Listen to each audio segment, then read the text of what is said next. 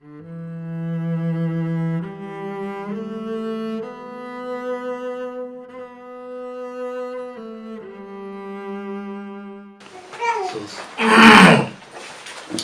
first, Sautrantika school is the Hinayana school. So Hinayana school, Vipassika school, and Sautrantika school, Hinayana.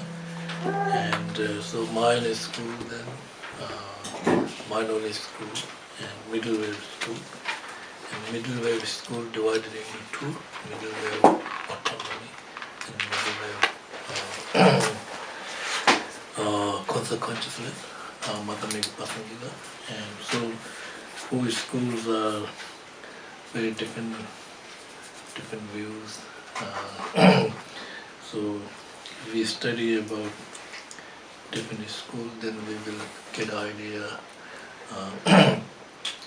about the distinguish between Hinayana school and Mahayana school, distinguish between Vipassika school and Sautrantika school, distinguish the viewpoint of the mindfulness school and the middle wave school.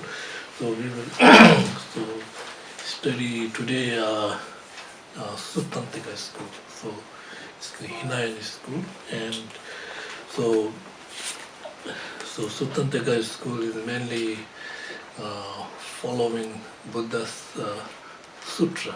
So Buddha's scripture, Sutra means the speech of the Buddha. So Sutra means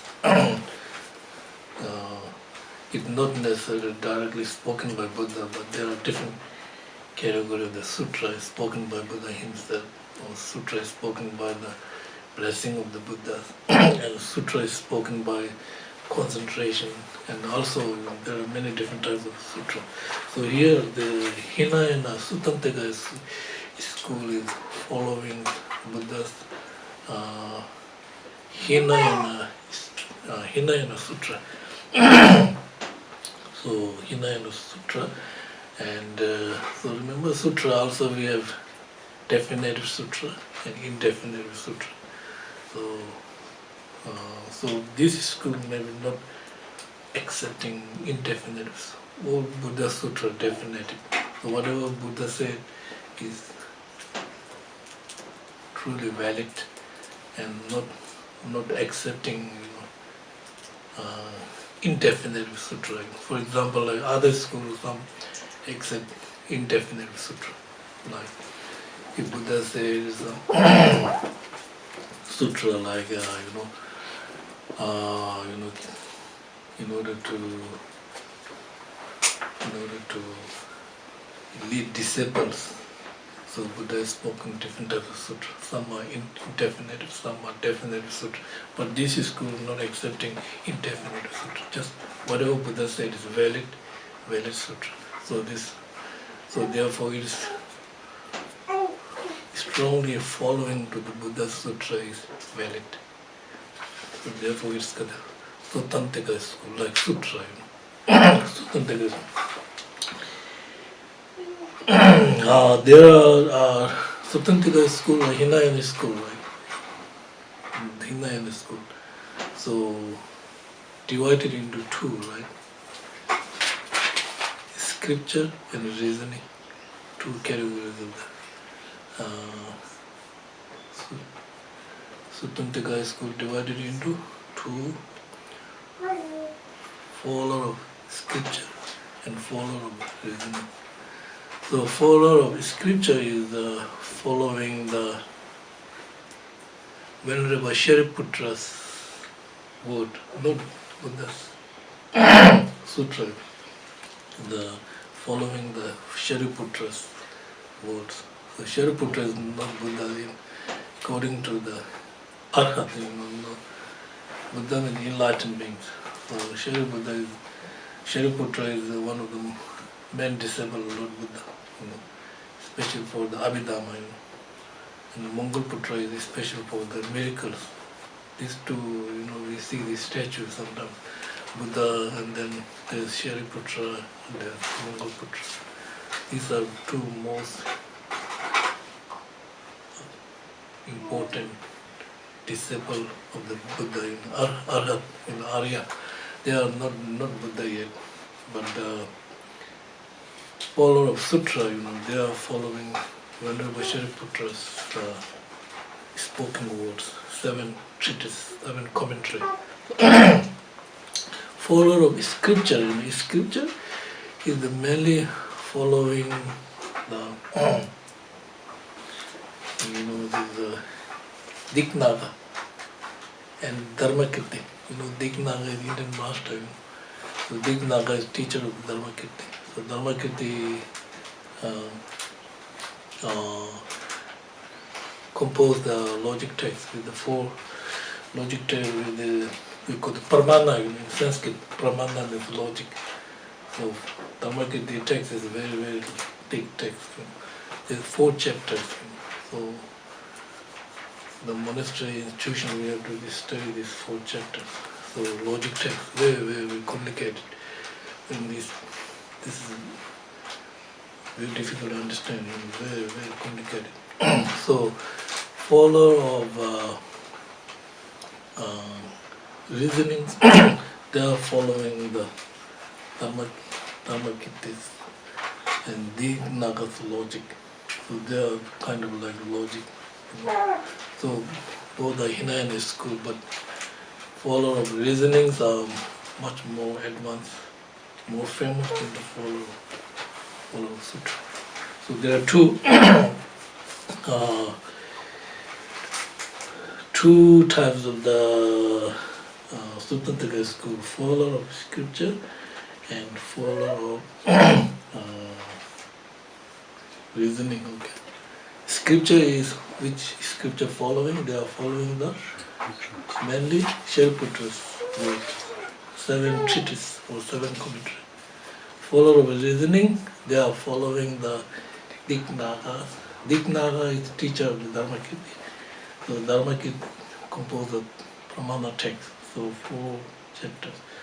So if you study these 4 chapters, then you will understand really about Sutrayana school. So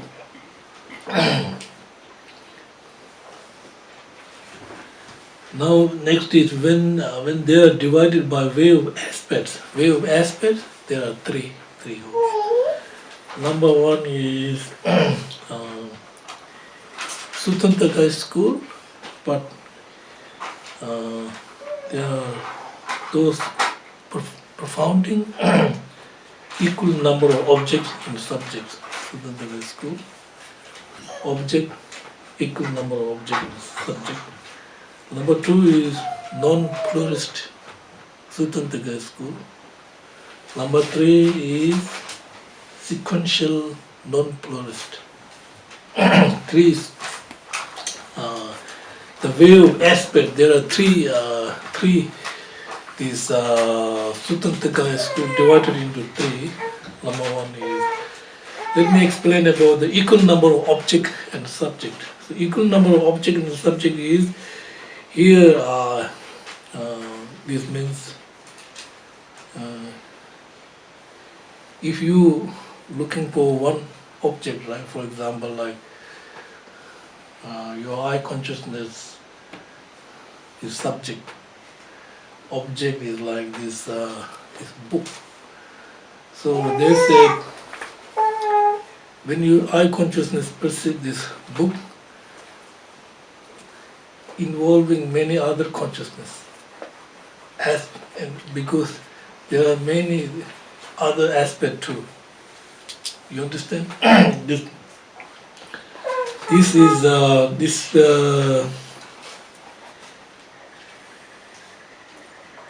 specific issue of how many consciousness are involved in the perception of variegated objects. So variegated objects, very important. So this is the book, right? This is the book. This is your object of your subject eye consciousness. Now variegated object in this book. Variegated object in this book means book. This book is your main object. Now here, impermanence of book. all these okay, this is school saying equal number of objects, equal number of aspects. So one object, right? One object is book. One object. One subject is your eye consciousness, perceiving book, object and subject. So when book appears to eye consciousness, all variegated objects appears. The variegated objects are impermanence of book, functioning of book, emptiness of book. All these appears to your eye consciousness. Okay, so and so perception so that means many aspects of an object are cast towards subject, and that either they're in an equal number of consciousness, many eye consciousness, or that one consciousness is generated in many different aspects. So therefore it's called the equal number of object and subject. You understand? Subjects are mind. So it's saying that if there are 10 aspects, then also there are 10 subjects appears. Impermanence appearance to the eye consciousness. Emptiness appearance to the eye consciousness. Functioning equal number. So how many aspects appear to the mind? Do you understand what I'm saying? Equal number of object and the subject. So what is object is book. Subject is eye consciousness, right? So equal object and subject. So generally maybe one object, like only book, but not talking about aspect of the object. It means characteristic of the object. Book, paper, whole. Book is whole, right? And all papers are parts. Parts and the whole is strongly connected. All these aspects, impermanence, and all these. So when eye consciousness perceive one object, all these aspects appears. So they are same consciousness.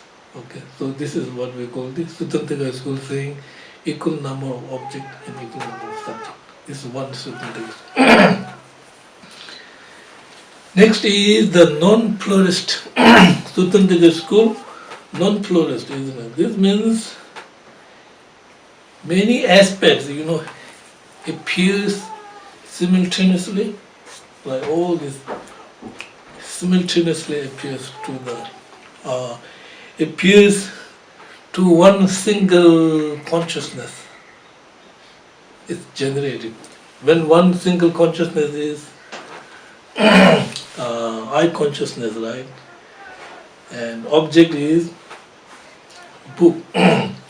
So when one single eye consciousness perceives the book, all this characteristic, the book and the characteristic is, we call the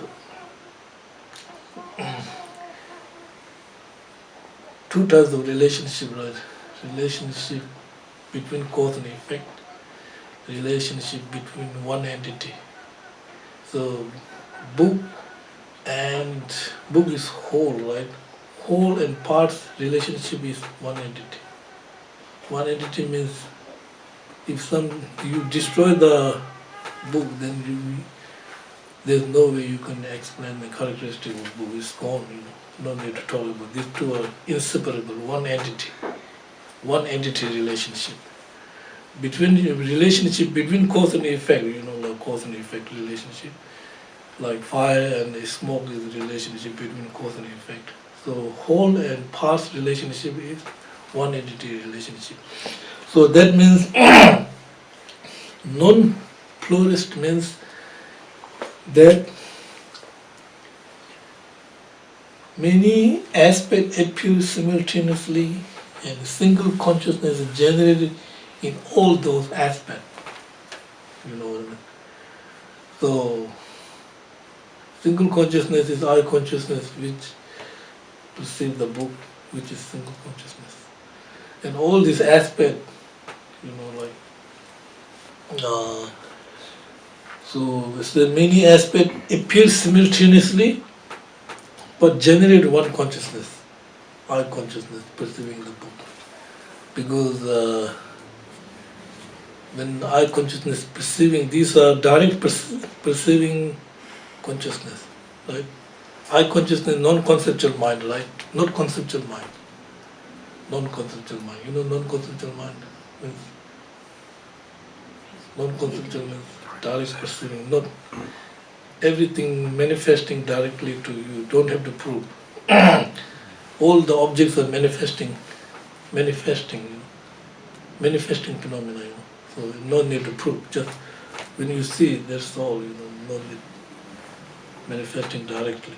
Non-conceptual mind, direct perceiving the object. No need idea, generic image, or something like that. So conceptual minds are perceiving object through generic image, thinking.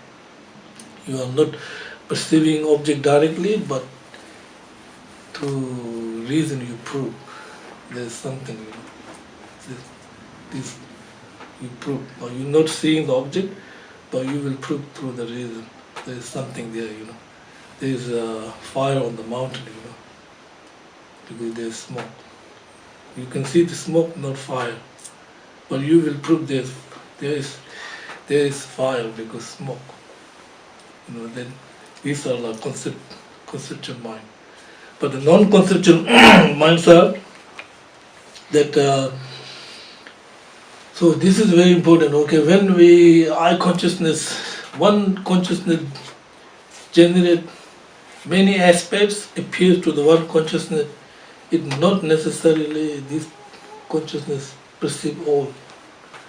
If like then there's a big contradiction. Then all the ordinary people, we can say all ordinary people are Arya, because they are directly perceiving impermanence directly perceiving emptiness, because all aspects are appearing to the mind, but not necessarily you perceive, right? When you look the book, all aspects are there, characteristic of the impermanence of the book, emptiness of the book. So ordinary people directly perceive the book, but all these other aspects, like impermanence and emptiness, are not manifesting, not perceiving. But appearance are, how can I say, all these appearance are non-abiding consciousness. Appears but not realizing. So therefore, one consciousness generated, but not necessarily perceive all the simultaneous aspect. If you say yes, then there's a problem.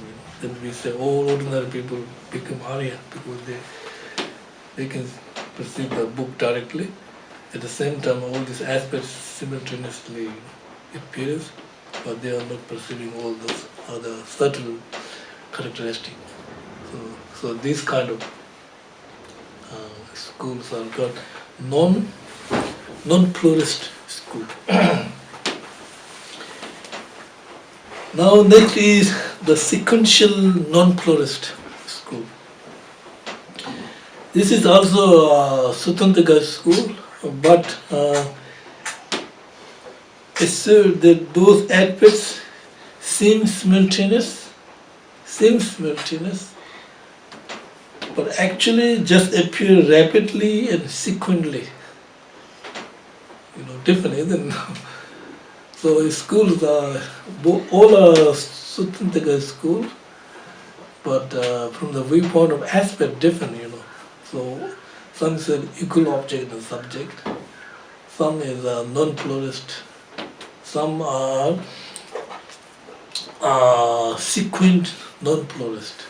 So sequent non-pluralist means those aspects seem simultaneous. All aspect. When you look, since those aspects seem simultaneous, but actually just appear rapidly and sequentially, rapidly. So when we talk about this, all these are impermanence, right? Impermanence. Impermanence is momentarily, one by one. So 1 second, 1 minute divided into 60, 1 hour divided into 60 minutes, right? 1 minute divided into 60 seconds, right?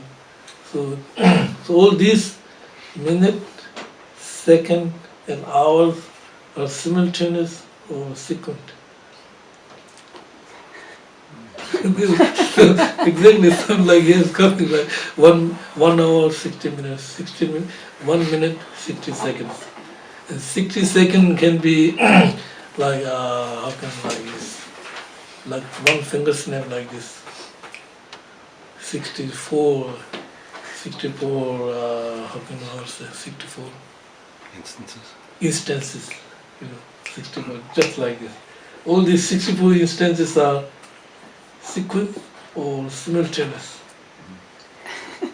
All 60 seconds are sequence or simultaneous. Sequence, right? Can't be simultaneous because you have to go moment by moment, sequence. So, so therefore, which makes sense to you guys? Which one is the object, subject, equal, or non-pluralist means many aspects appear simultaneously but generate one single consciousness. Or another said that all those aspects seem simultaneous but actually just appear rapidly and sequentially. What is making sense in our mind? For hour, like 1 minute, 60 seconds. 60 seconds time, right? These are time, right? Time. So time is the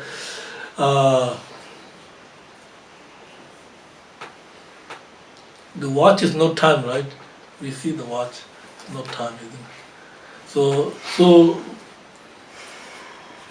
one aspect, those aspects seem simultaneous. All this actually just appear rapidly. So these are three different different types of the from the viewpoint of aspect. There are three. Okay. What is the number one?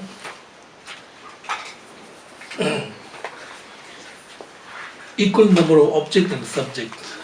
So what is equal number of object and subject? Object is book, subject is eye consciousness. So it means if there are 10 aspects, so also there are 10 consciousness equal. If there are 5 aspects, 5 consciousness equal.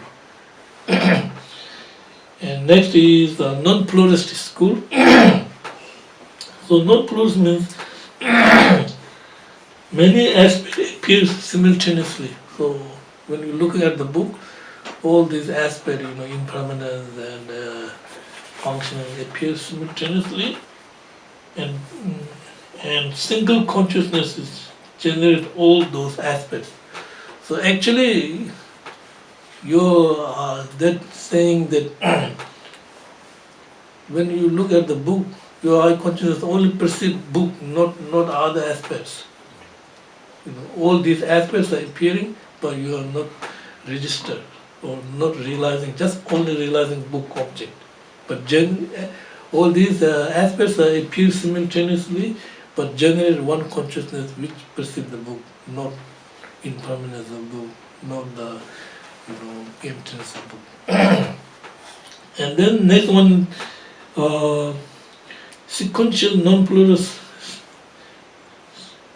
school assert that those aspects seem simultaneously. When you look at the book, all those aspects like impermanence, functioning, and emptiness seem simultaneously, but actually just appear rapidly and sequentially. Impermanence. But this is not making sense, for us, All these are, remember, because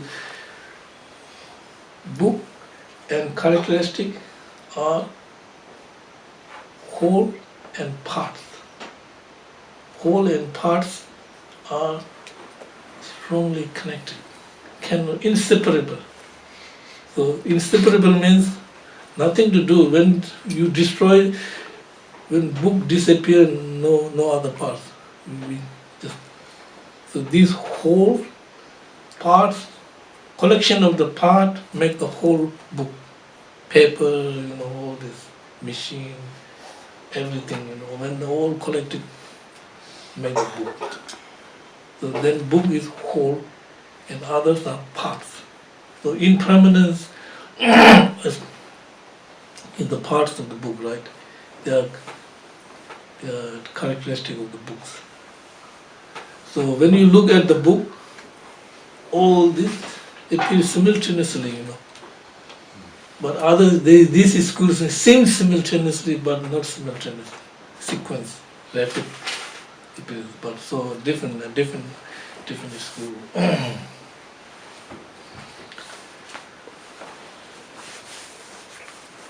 Now the general assertion of the Sutra.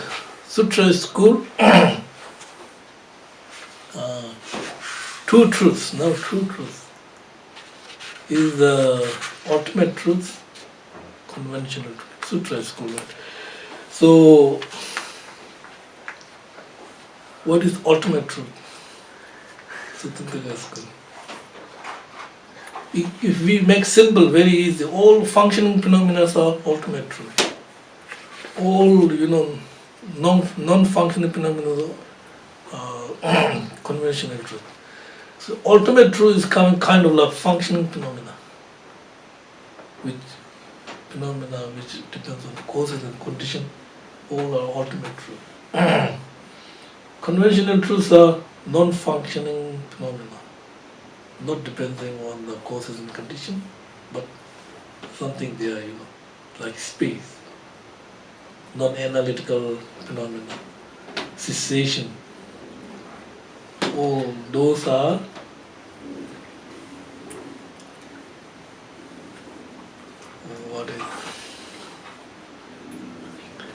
what the Sautrantika school, true truth.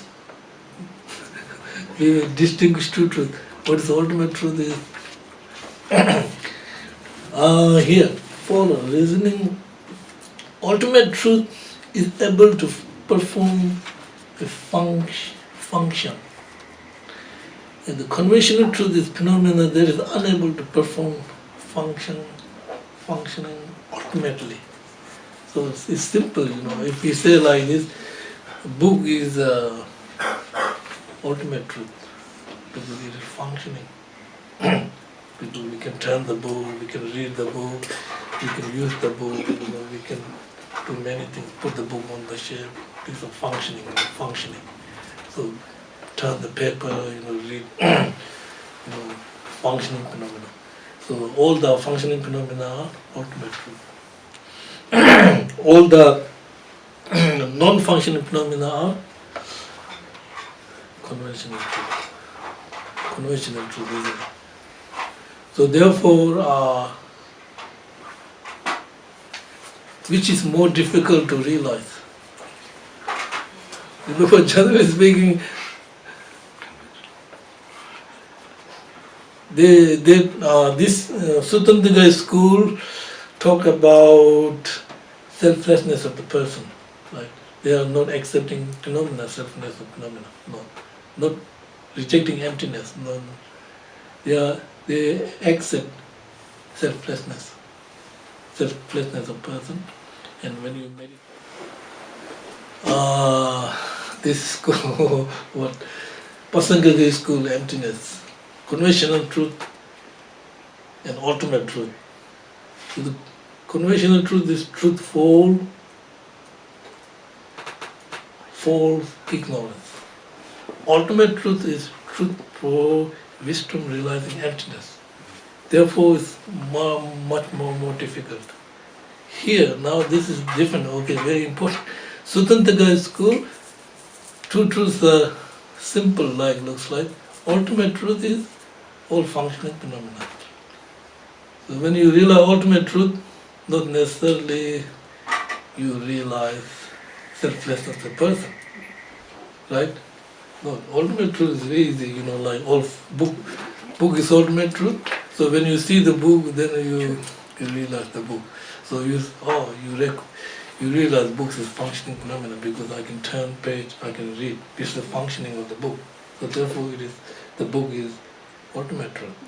But the conventional truth is all the non-functioning phenomena. So conventional truth are more difficult to recognize, right? Because the self-personal of the person is conventional truth, right? Right? It's not ultimate truth. Other schools, remember? Madhyamika, Pasankika school, true truths, distinguish true truths, right? Because conventional truth is truth for false ignorance. Therefore, it's not real truth. Real truth is truth for wisdom realizing emptiness. It's real truth. So therefore, here, Sautrantika school, true truths distinguish. What is ultimate truth? All the functioning phenomena are ultimate truth. What is the conventional truth? All the non-functioning. So therefore, selflessness of person is conventional truth, isn't it? Non-functioning. Do you believe selflessness of person is functioning phenomena or non?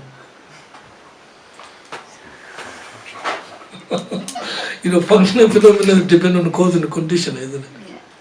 Isn't it? So depend on cause and the condition is not necessarily dependent arising. Remember, dependent arising. Remember, three different categories of dependent arising. Dependent arising, depend on causes and condition, depend on parts, depend on base of designation. Is the most subtle dependent arising. So other school not accepting, right? Only Madhyamika Pasangika school accept the dependent arising of base of designation. Is only which is most subtlest dependent arising. Therefore, understanding emptiness is more subtlest. Now other school like Hinayana school, like the Vipassika school, Sautrantika school, mind-only school, and the middle way autonomous school, they accept dependent arising of causes and conditions, and dependent arising of parts. Part means whole and parts depend on each other. Cause and effect depend on each other. So therefore, they're talking about this, all this Vipassika in Hinayana school, the 12 links of interdependent origination, 12 links. Start with ignorance and finish with the aging and death. All dependent, ignorance, then karma, and then created all this samsara, and this like dependent arising of the causes and condition. So depend on the karma and depend on afflictive emotion, karma created, and so on like that. So therefore, two truths here. Two truths. This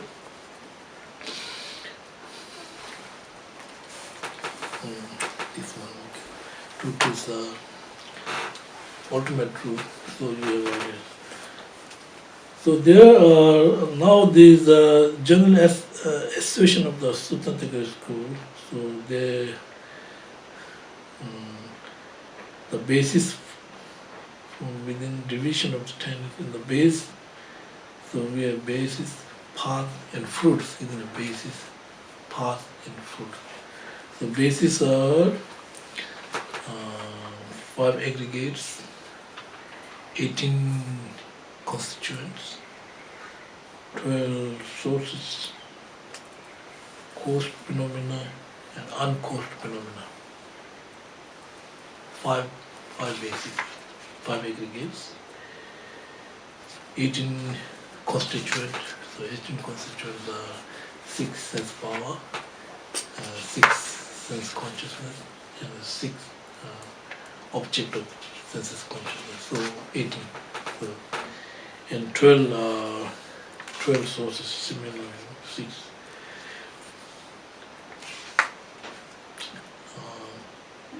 High consciousness and 6 objects of high consciousness, and cause phenomena, which is functioning phenomena, uncaused phenomena. These are the basis. Now here the functioning, when we talk about, we have to understand function, isn't it? So all functioning things act as a cause, isn't it? Act as a cause. If not of their own next moment, I will read this. This is very good. Perform of function primarily means to act as a cause. So functioning means primary means to act and as a cause. All functioning things act as a cause. If not of their own next movement, then of something else. For example, they're giving example of the pot, pot. So movement of pot can cause the next movement of the pot. The movement of the pot causes next movement of the pot. Even the last movement of pot of cause, since it is the cause of pot's shreds, S-H-A-R-D, S-H-A-R-D-S, shades, yeah, since last movement of the, so this is the meaning of the functioning. Functioning means movement of pot can cause the next movement of pot. But even last movement of pot of a cause, since it is the cause of the pot shreds, which is pieces, Movement of lightning can cause another movement of light. Movement of lightning can cause another movement of light. But the last movement of lightning is the cause of illumination in the sky. That's the functioning phenomena, is something like that. Any functioning phenomena. The movement in functioning phenomena, functioning means, what is the meaning of functioning? Primary meaning of functioning means, you can take this example, like movement of pot can cause the next movement of pot. Like movement of pot can cause the next movement of pot. But even the last movement of the pot, if there are 3 movements, right? First movement, second movement, and last movement. Between first movement, between movement, and last movement, right? So the first movement of the pot cause, second movement of cause. So second movement of cause is last movement of cause, which is also cause of this shreds, pieces of the whatever, pieces of the shreds. Similarly, the movement of lightning causes another lightning.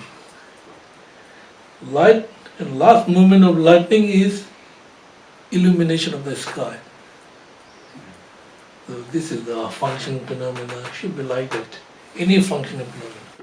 Space is the permanent phenomena. Space is permanent phenomena.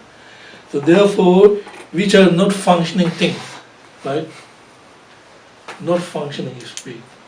But we can say east space, west space, south, north space, upper, lower space. We can say something like this, is it? We can say, oh, east is space, north is space, upper, lower space, something like that. But this is not functioning, isn't it? Really functioning means one movement have to cause another movement, and last movement have to do something. Then that is that is the primary meaning of the functioning phenomena. So therefore, all the permanent phenomena, non-functioning phenomena, right? But they are non-functioning phenomena, but still we can say they all depend on the parts, right? East, west, north, south, upper, lower, what all depends on the parts. But we can say they are whole and parts. Whole and parts, but not functioning. For instance, space, space and other absence do not cause anything, So if I say space do not cause anything, right, then where does cloud coming from? Who caused the cloud? What is the cause of cloud? Where does cloud coming from? And where does it dissolve? Do you believe cloud coming from the sky and dissolve back to the sky? Where does clouds are coming from? It comes from the sky and it dissolves back to the sky, or any other cause of the... What is the real cause of the cloud? Do you believe the ocean getting warm and then, make clouds? This warm, vapor, right? Vapor. Steamy. When the more ocean warmer, then it's steamy, bringing more storm, right? So space is kind of like permanent phenomena, right? So not cause anything, right? Then where does clouds are coming from? No space, there's no cloud, right? No space, no cloud, no rain, nothing, right? So space cause cloud, or who caused the cloud? What is the real cause of cloud?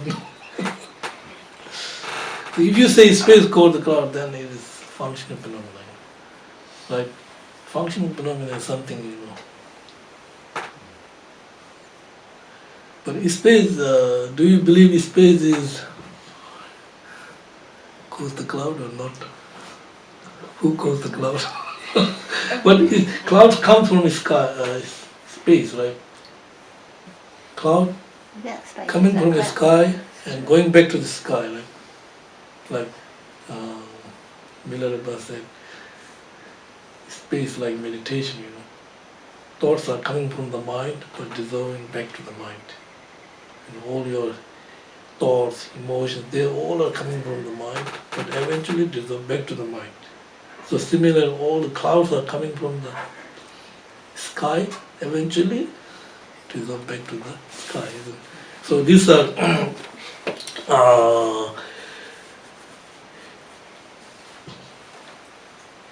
different between function and non-function phenomena. Okay. So when we talk about the Sautrantika school, functioning phenomena means ultimate truth. Unable to function phenomena is conventional truth. So between these two, true truth, right? True truth. So all the what are other non-functioning phenomena? Only space. What are cessation? Cessation. Cessation, completely cessation from delusions. Permanent happiness. Permanent liberation, isn't it? Liberation from the cycle of existence is permanent. When you liberate from the cycle of existence, you achieve the cessation of the afflictive emotions, which is completely ceased, the delusion, no more, right? Which is permanent liberation, permanent phenomena, completely, permanent phenomena. So, liberation is permanent phenomena. Cessations are permanent phenomena. Space, all these are permanent phenomena. And also, selflessness of person is the main view of the Sautrantika school, isn't it? Sautrantika school.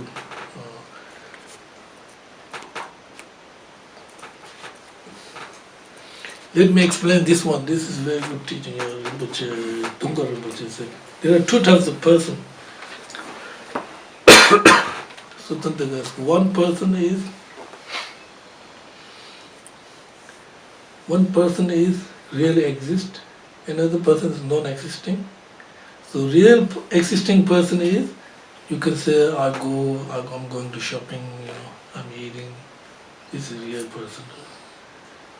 But non-real person is something, when you feel, you can see it, you can touch it, you can feel it, but it is not real, You believing it is something separate from your aggregates, non-existing person. This is Tongpa Rinpoche said. If somebody said to you, for example, your name is Tashi, Rinpoche is very good, the Tongpa Rinpoche is great master, ceremony. If somebody said to you, Tashi, Tashi is your name, and then said, Tashi, you are thief. And Tashi, your name is Tashi, and somebody said you are thief.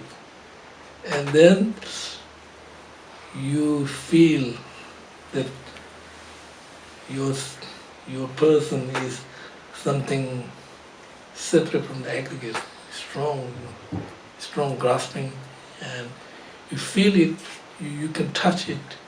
It feels very vividly strong, but actually, you feel this is something separate from your aggregates. So this person is non-existent.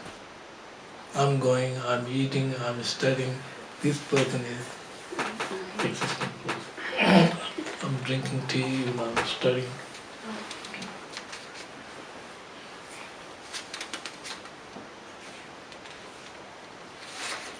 Okay, tea break. Okay, now 37 harmonious with enlightenment, the 8 liberation, the 9 serial absorption, mercy, etc. are the path, base path.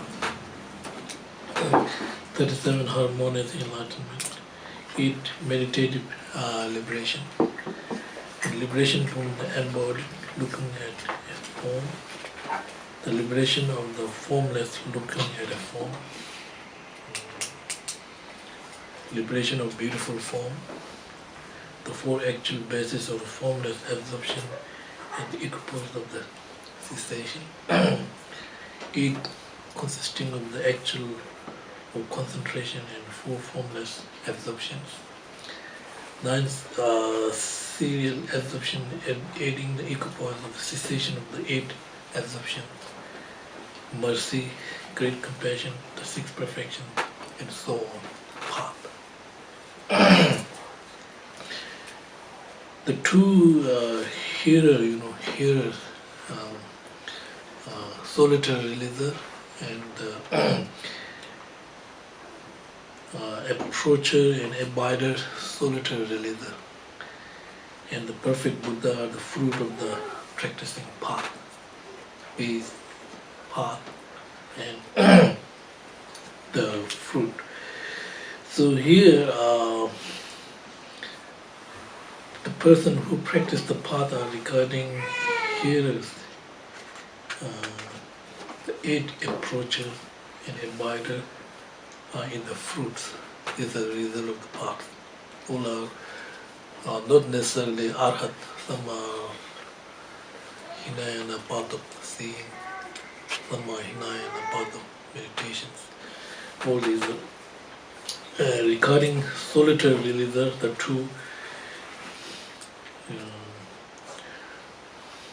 types of solitary releasers, and Buddha is completely perfect. Liberation associated with the forms are way their yogis. So liberation, remember liberation associated with the form, liberation not associated with the forms. So they said 2 types of liberation. So when somebody practice Hinayana path and go to the path of seeing and then direct perceiving selflessness of person, and then path of meditation moving, and then eventually you become 4 destroyer, and then when you achieve liberation, 1 hour you still have these aggregates still remain when you achieve the liberation. Liberation remain with the forms, with these aggregates still there. 1 hour, same gradual, and when he or she become 4 destroyer, then these aggregates of form, no more there. But you still achieve liberation. So two types of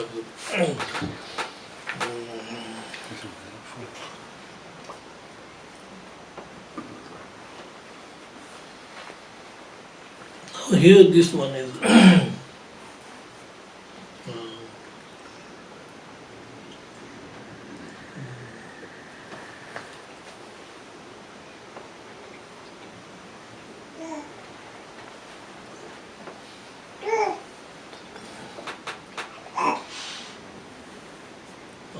particles. So in particles have no contact, and there is no problem that when we touch. So there are 2 types of particles. No matter, Sautrantika said that it is matter or the form term generally except for the form, for the mental consciousness. So in the particles have no contact. So small particles have no contact means saying each particle not touched with the west, not particle not touched the east, no contact. So it's kind of like, and the tiny particles which are speaking with most tiny particles, speaking, which is comprised of at least 8 substances, right? 8 substances. So which could itself called the particle, but unlike the conglomerate particles, they do not exist on their own. 8 substances, particles are earth, water, air, fire, foam, smell, taste, and touch. All these 8 substances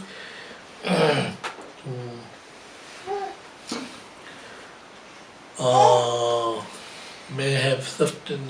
This particle may have more substance than these if it is part of the body or the part of sense faculty. So particles are collection of the 8 substances. Water particles. So water nature is wet, fire nature is heat, air nature is wind, light and blown. Earth nature is kind of like quite heavy and grounded, and all particles are the collection of these 8 substances. So so very tiny particle, they're saying sometimes they are accepting partless particles. Partless particle. So partless particle means most tiniest particle you cannot make parts. So kind of like partless particles. If particles, for example, like if particles not touching the west is part particles. So particles are like sometimes they accepting partless particles, which is most tiny particles, and you cannot make like this, east, right? But not touching particle. So here, this is very good. The larger issue is whether the tiny particles belonging or not belonging to the wholes. Remember? So what the issue is whether the tiny particles is belonging to the wholes or not belonging to the wholes. Whole and part, which they are perceived. For instance, we perceive, mass of water, river, mass of water, such as like a lake. Lake is as a whole, right? Whole. Mass of water, which lake is as a whole. The collection view whole that each atom contribute to the perception of the unity.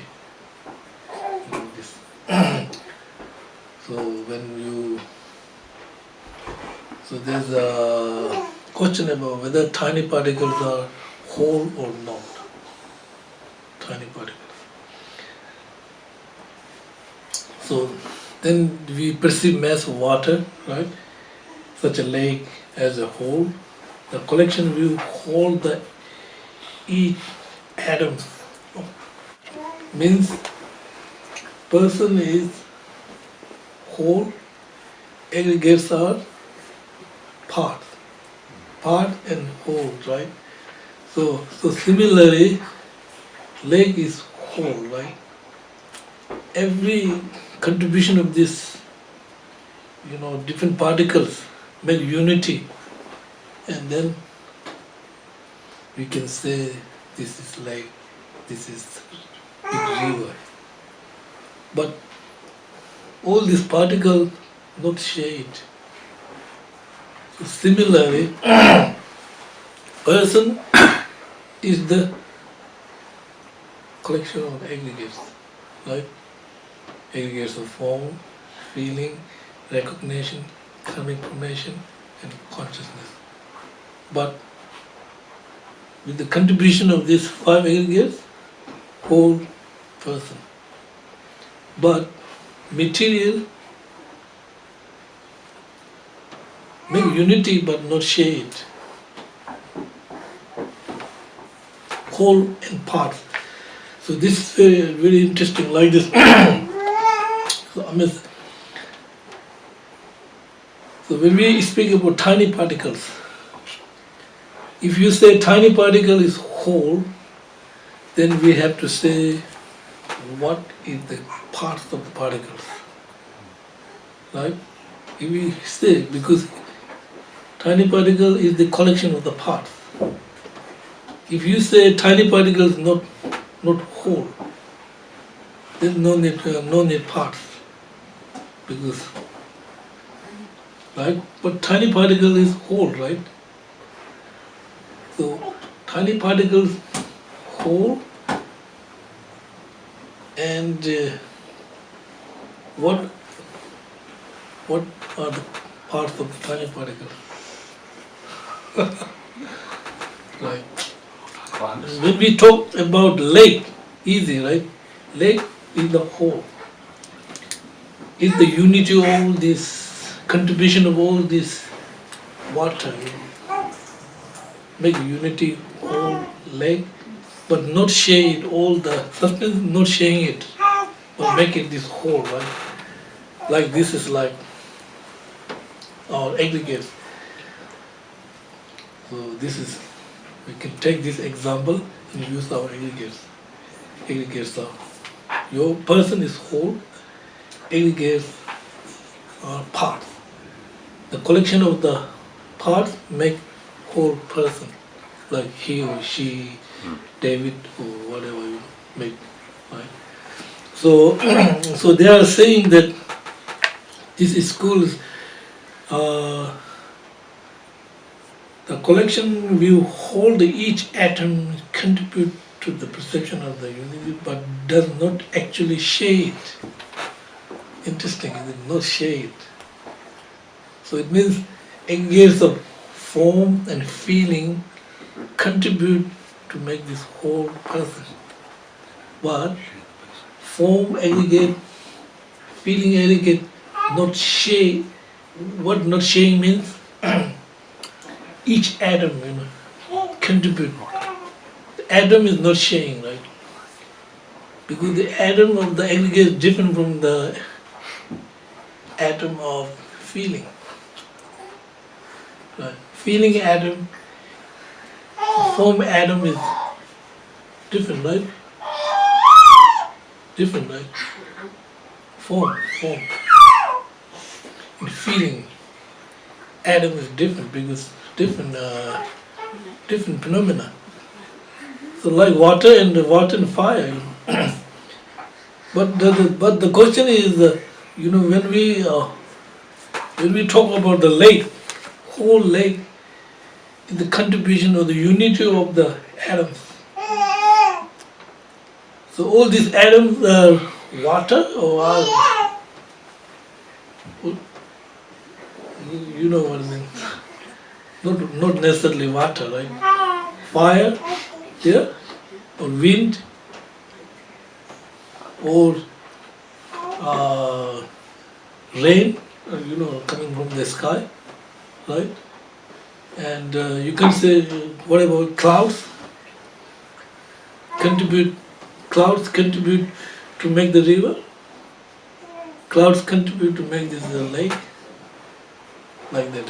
So all this unity of contribution make whole, but not share it. Interesting, isn't it? This is a school.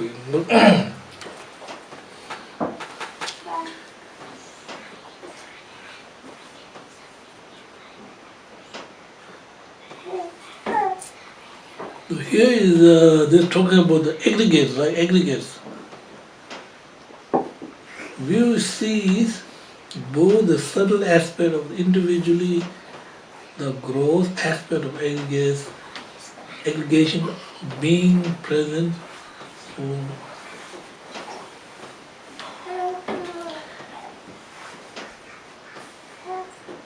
In other words, non-revelatory, R-E-V-E-L-A-T-O-R-Y. Revelatory, right? Yeah, you know this word, right? Do you know this word? Huh? Revelatory. This is this one. Revelatory. You want Revelatory. Revelatory, yes. This word. This is the formula. This is like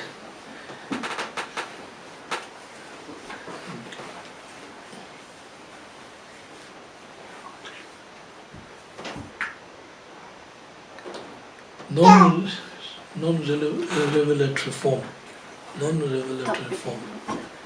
You know non-revelatory form? What is it? Something not revealed.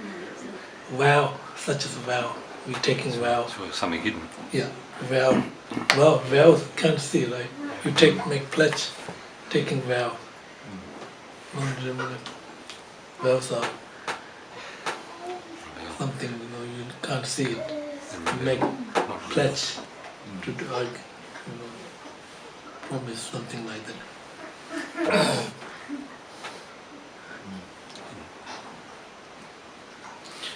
Now the Sautrantika school, cause and effect, not simultaneous, it's gradual, right? Not like Vipassana school. They said some cause and effect is simultaneous, but this school cause and effect are not simultaneous, right? So cause and effect. Effect must not be simultaneous.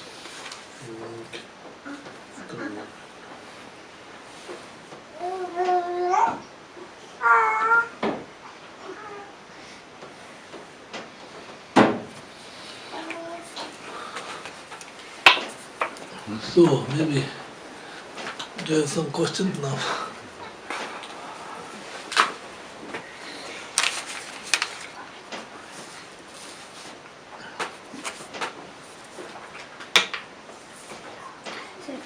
So the partless particles, do they actually belong to like fire, earth, or are they like the tiniest of particles? Do they have a nature of being fire or earth or? What particle? There are different types of particles, isn't it? When you say partless particles, it's like When all we particles? say about space particles, Yeah. space particles, isn't it? Space particles, water particles, like fire particles, different, like space particles, water particles. They all ultimately. This means one tiny particle. Maybe you can see. You need a microscope. Very, very tiny one. You can't see the particles, so you use the microscope. So you put these most tiniest particles on somewhere, It's so tiny, so tiny. So therefore, when you put something like this, most tiniest particles, you can't see, you use the microscope to see, right? So do you believe you will make kind of like big nature, things like this. Particles are different, 8 particles, smell nature, smell, taste nature, taste, touch nature, touch, of course. You talk about the particles of the mind instead of mind particles. Mind nature is different particles, isn't it? It only happens when you observe it, doesn't it? If you don't observe it, it doesn't happen. It's not there. You have to, like quantum physics, you can have 2 thoughts. There can be two identities from one, but only if you observe it. If you don't observe it, it's not there. I think this school saying things are existing from the objectively. Objectively they are there, not necessarily truly existent. All things are existing truly, isn't it? Truly existent. When we search, we can find something. You look. Then you, first thing must exist, and then you search, you will find. No, nothing there you can't find, right? It is all exist truly, objectively, and then when you search, you can find it. This is truly existence. All things are existing truly, right? Truly existence. All the phenomena exist, truly exist. So thing exists. When you search, and you will find it. When you search, more search, you will more find, more details. if your kind of like research is not much detail, you don't find much. If you go too further, more analyze, you will find more, something like